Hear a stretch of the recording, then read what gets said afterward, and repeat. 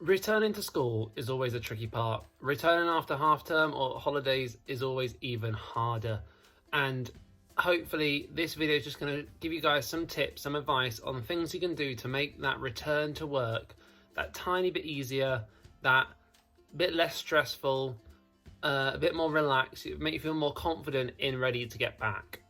So we've just been having our half term and it's been incredible. I've done so many things. I've been doing what I love. I've been enjoying myself. It's been fantastic. And I am ready to go back to school now. I feel confident that when I get back into school on Monday, I've had my time to refresh myself. I'll be ready with the kids to do the very best I can. So yeah, I'm just hoping this will show you guys something of what I do to make sure I'm ready. So the first tip is to do what you love. No matter what length of time you have off, it might be a week, it might be 2 weeks, it might be 6 weeks. Spend some of that time doing the things that you love. So when you're back at school, you don't feel like you missed out. So the first thing I love, and I'm going to take you along with me now, is I love going to the gym.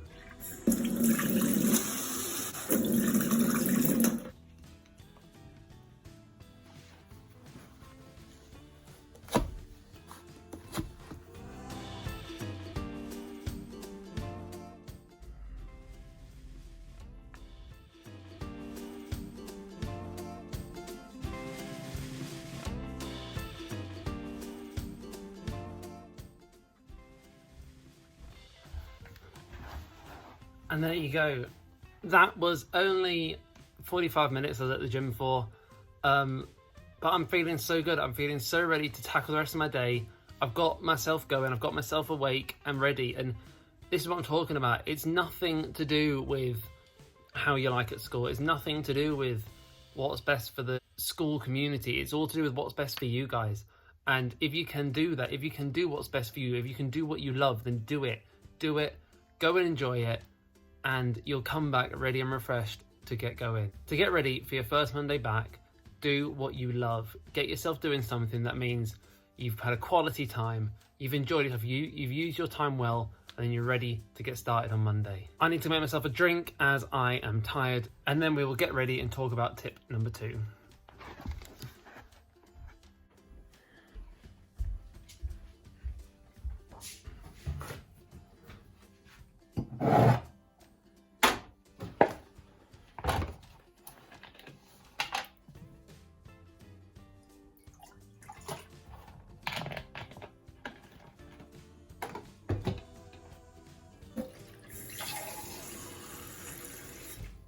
Tip number 3 is all about the fact that you guys have all taught a Monday before.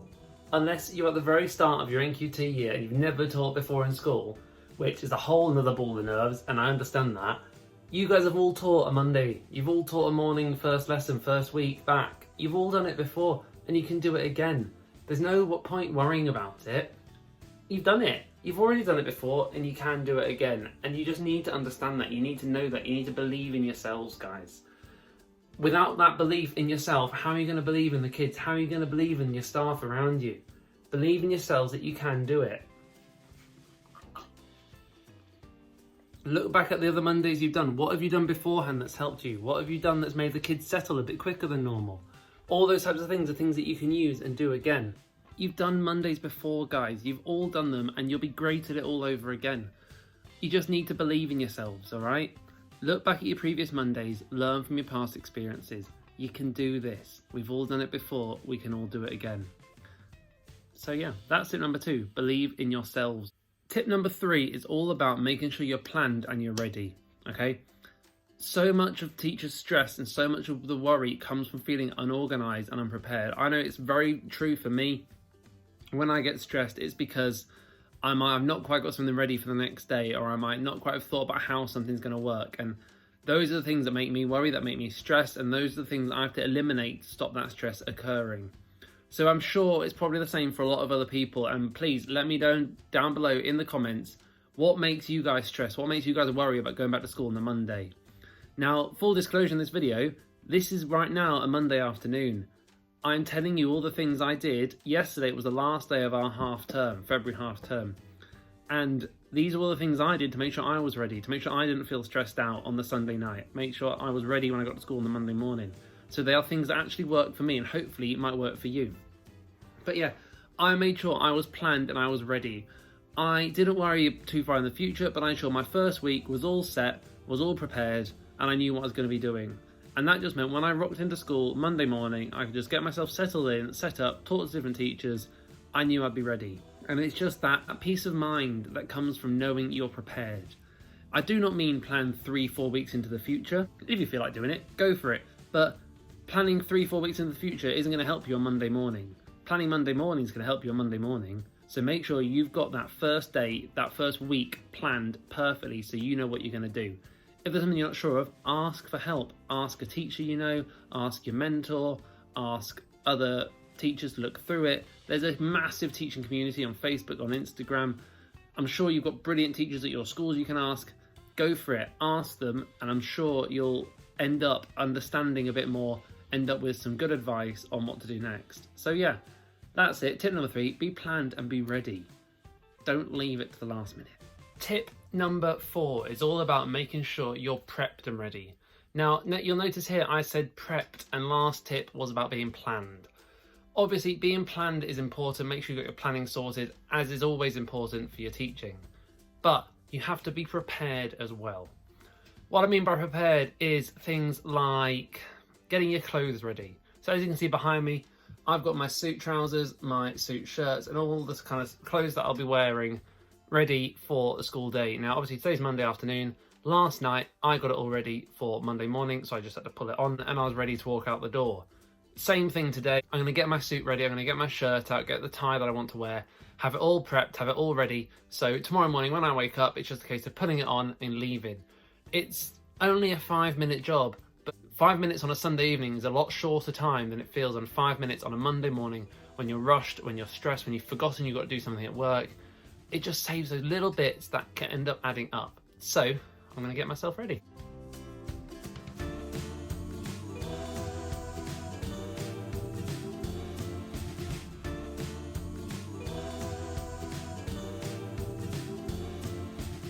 So that's it. You can see how quick and easy that was. It took me literally a minute, but I'm now ready. It's now that little bit of peace of mind I've got this evening, knowing that I've got something sorted for tomorrow. I don't need to worry about it now. I'm ready. And so just any way you can do those little things, maybe make your packed lunch the day before. I do food preps. I prep all my meals for the entire week on a Monday afternoon once I've done my planning. I make sure my bag's packed the night before. So it's little things that you might think, yeah, it's a waste of time. But when you do your lunch, organising your clothes, making sure your bag's packed, it might be printing off a couple of things. That's maybe 20 minutes, 4 lots of 5 minutes, 20 minutes that you've saved already. And it'll just mean the world to you in the morning. So get those little things prepped. Now, the final reason I'm going to talk to you guys about to be prepped and ready for Monday morning is quite an individual one to each of you. So I just want you to think, pause the video if you want, just think for 30 seconds, why did you become a teacher? Now, that could be a reason 20 years ago, that could be a reason why last year you wanted to become a teacher and now you're an NQT. You could think about why you still are a teacher, why even 10, 15 years on, you're still in the teaching game, you're still loving your life, but you're still struggling with these things. But why did you actually become a teacher? Now, that reason could be something inspirational, it could be something more down to earth, it could be something quite mundane and you just felt like doing it. But no matter what, if you're a teacher watching this video, you are still passionate enough to care about trying to improve your performance as a teacher.